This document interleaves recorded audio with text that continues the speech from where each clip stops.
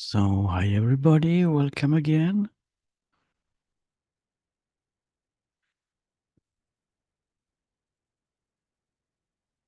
And we start as usual with the guided meditation. And at the same time, this enlightenment activation that you know by now. So we just close our eyes and sit comfortably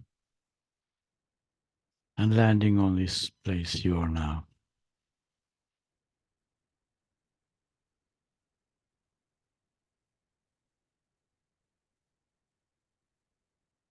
Noticing how things are arising and falling from moment to moment. We just allow this moment to be as it already is. Not pushing anything away, not being interested in things on something specific which is arising. We are sitting here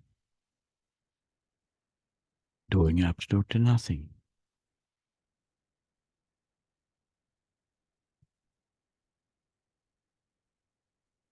And then the activation will start soon here.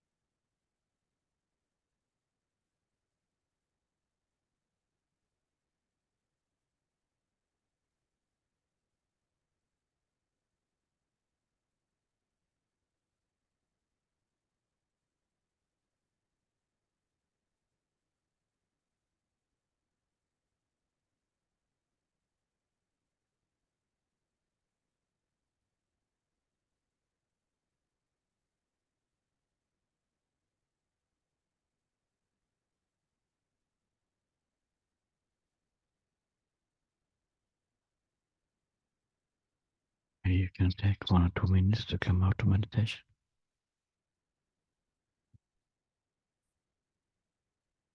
Or you can meditate continuously.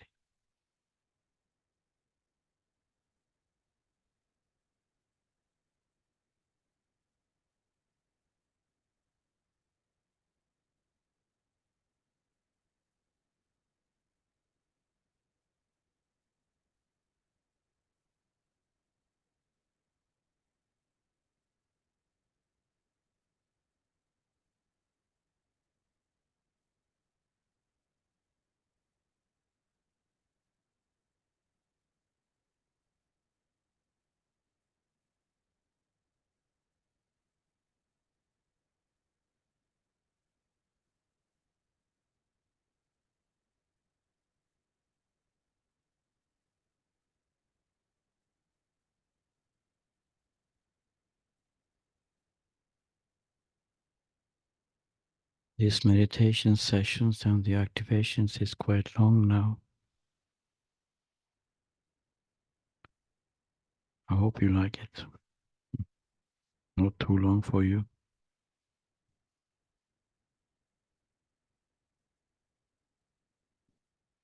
It's not only because there are more people coming, but it's only also because the activation is longer. Don't ask me why. I don't know.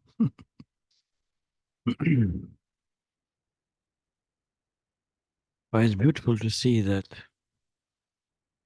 this one state, to see nirvana not only inside, but to see, so to speak, nirvana on the outside, is breaking through more and more now. Not only to see the stillness inside, but to see that the stillness is also on the so-called outside. It's always here, showing itself as what we call the story. It's not two. The same reality is showing itself as total silence inside, which is there in the background even when we are active. That's very silence is showing itself as phenomena arising. And this phenomena we call the world or life. We are both. We are both the untouched silence within, permanently there in the background, and more intensively seen during meditation, and also what we call life. We're not going away from life. We're just discovering what it's all about. Phenomena rising and falling. And we are untouched by what happens. No, now enjoying it. Seeing that it's filled with joy. Life is amazing. Things are happening all the time. Changing all the time. Well, the thinking is not hooking us. Oh, I don't like this situation. It has to be changed. If the protest is not there, because it is seen that I'm not a person who is responsible for something happening in the story. There's a freedom here.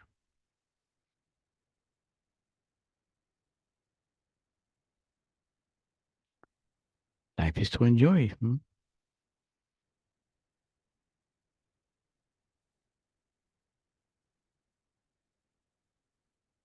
I don't know if anybody has any questions.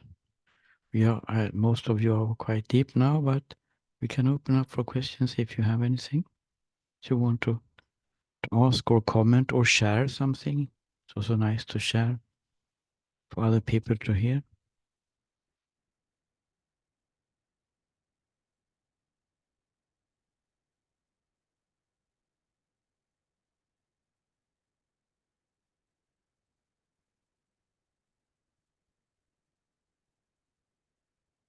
Is it possible to talk about this at all?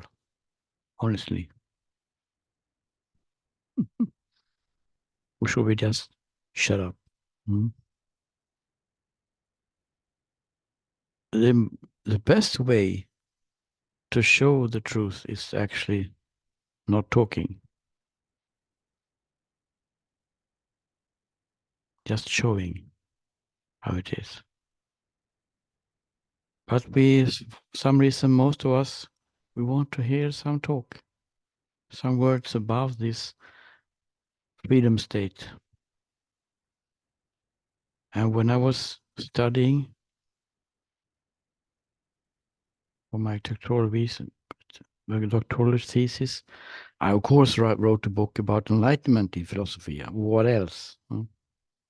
What else? Has to be about enlightenment, of course.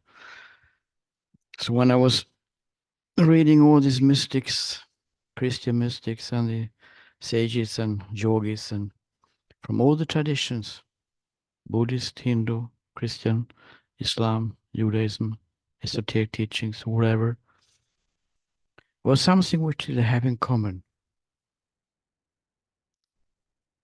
That they all say the same. It's impossible to talk about it. In the little bit academic word, it's called ineffable. They call it ineffable, indescribable. But we try to talk about anyway.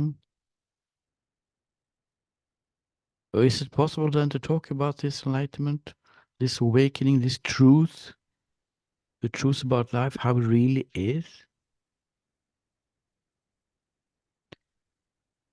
Well, we are trying our very best. But the way we do it is usually by indirect talk. In the Christian tradition, they call it via negativa. Latin words for the negative way. To say what it is not. There is no time. There is no space even. There is no causality. There's nothing here.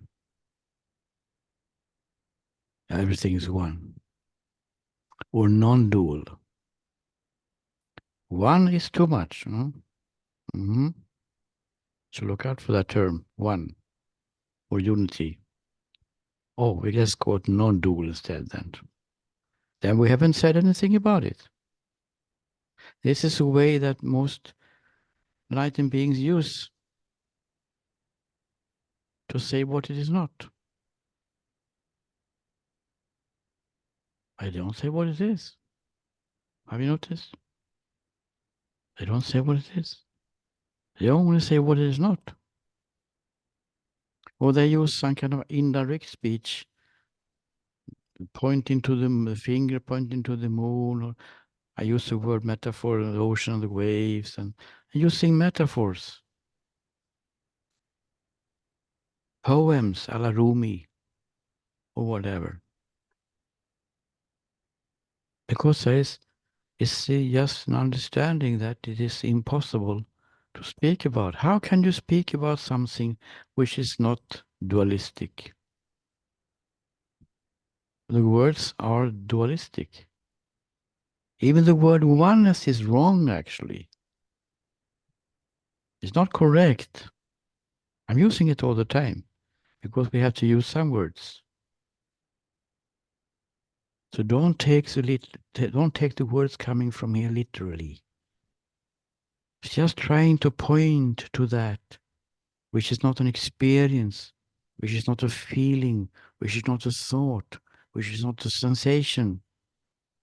We don't have any words for it. The eternal abyss, huh?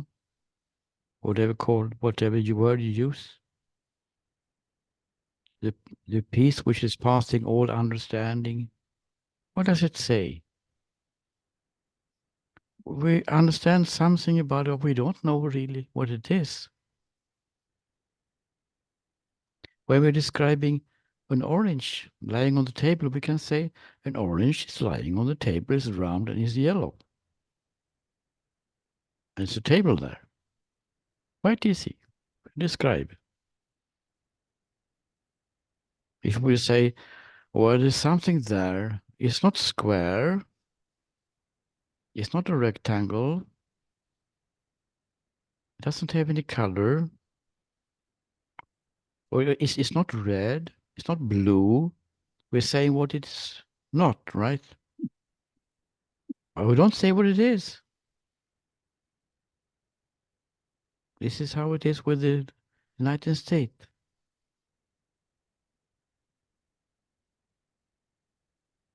And if we're going to have use words, we have good to understand it's not literally meant. It's some kind of pointing to it. Even the word awareness is strange. Is there any awareness there? No, there's no awareness. Or consciousness. It's just pointing to something, using these words to point that which is not awareness, which is not consciousness.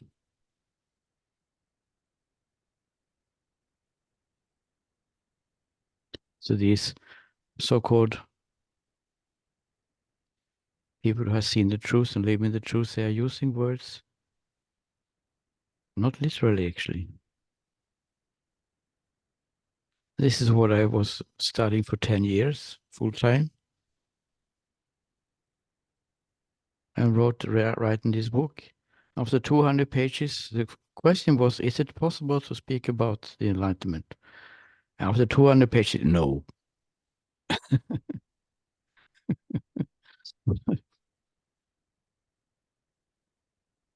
They all say this from all traditions. Because the words in itself is pointing to something. The word orange is pointing to something outside the word orange. And when we say something about enlightenment, it doesn't point to something, because enlightenment is not a thing. The awakened state, the freedom state, is not a thing. It's not there. We're going to reach there. It is what it is. And that is not easy. That is not possible to describe it. Thousands of books have been written about it. Somehow trying to come closer to it, so to speak, by usually saying what it is not. Total love, what is that? Total love? Just a word. But when the total unconditional love is showing itself, this is what they mean. But this is something totally different from what I thought it was. The same thing with oneness or unity. We think we know, okay, oneness, yeah. I'm a member of an orchestra here. I have a band.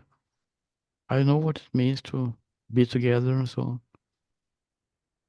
When the oneness is showing itself in you, which is doing now more and more clearly, then you will see that, oh, but this is not what I thought it was. Why I'm talking about this, because do not get stuck in the words. We are searching for something. I'm searching for this oneness. It can be a hindrance, actually, if we get stuck with what oneness means. Just see for what it is, some kind of pointer to something which we cannot talk about. Then we can be inspired by it by reading books and hearing people talk about it in satsangs and so on. But it's not literally true. None of these words are literally true. None of them. It's good to understand this.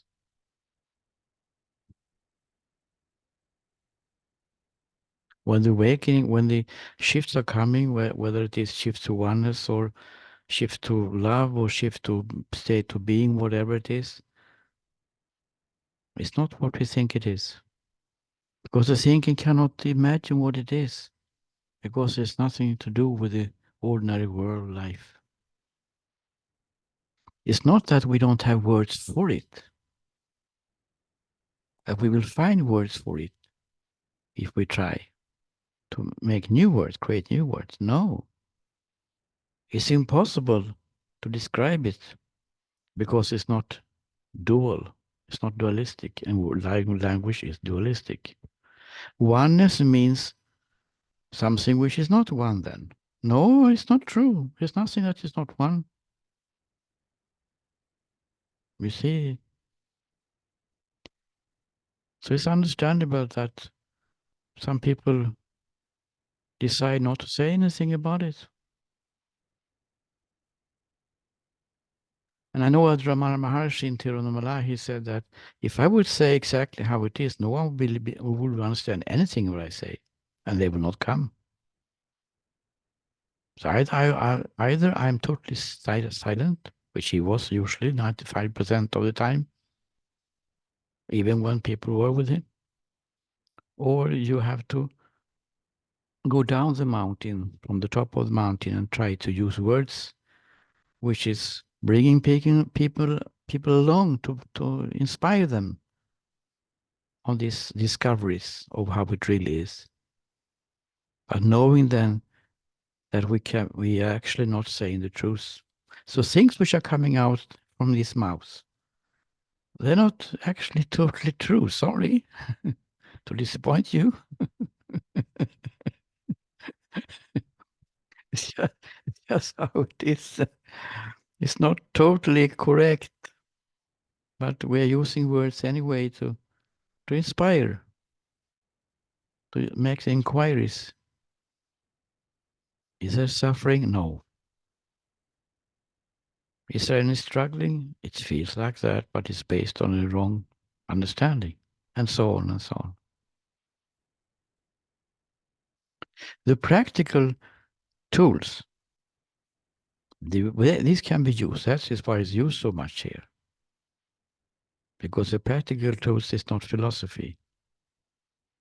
You just follow the recipe to make a pancake. Hmm?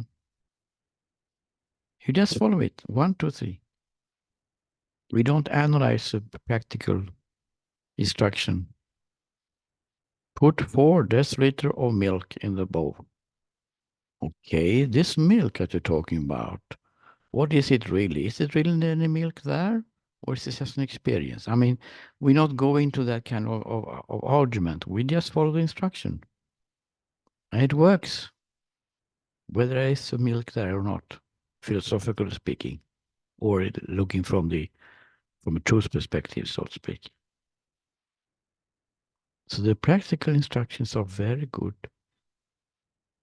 when we don't analyze it and try to break it down to something else which it is not.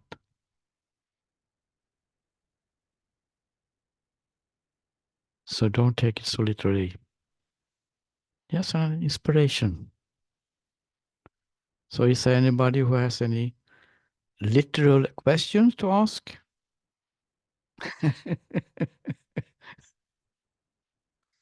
It's okay if we know what we are going, so to speak.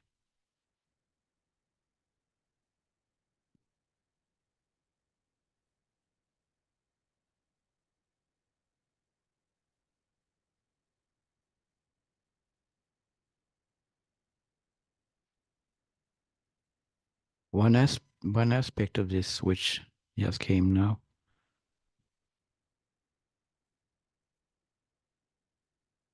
Why do they say, all the Christian mystics, for instance, why do they say that is indescribable? Is it describable because we don't find words for it? No. Is it describable because it's something beyond? Not really. The Enlightenment seeing, understanding, seeing is not describable because it's paradox. It's paradoxical. So the The seeing is actually from the Enlightenment perspective paradoxical. How can something which is one be many? Hmm? It's just the intellect cannot follow here. But it's a realization, it's an understanding, it is a seeing that it is so. Everything's one, but it's not something which is one. There are no things. At the same time, there seems to be things here. So the understanding, the seeing is indescribable in the way that it is not logical. It's paradox. That's why we're using metaphors instead. Like the ocean and the waves. It's still the ocean, one ocean showing itself as waves. But it's still the ocean. Or the metaphor of the clay that the kids use. It's still the same clay. Whether it is made looking as a tiger or house. Seems to be something different than oneness, but it is not. The one clay is showing itself as something which seems to be not one. It's a metaphor level, of course, but this is seen in the one state. That is paradox from the intellectual point of view, but not from the reality point of view. We have to say goodbye to the thinking. Sorry, from your perspective, it's paradoxical. How can something one become many? But from reality point of view, it is not. It is seeing that it is so.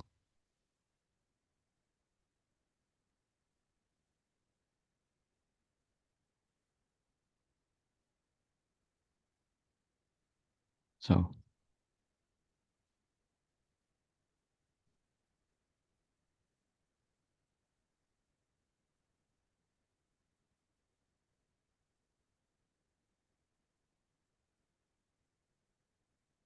should we see each other tomorrow then?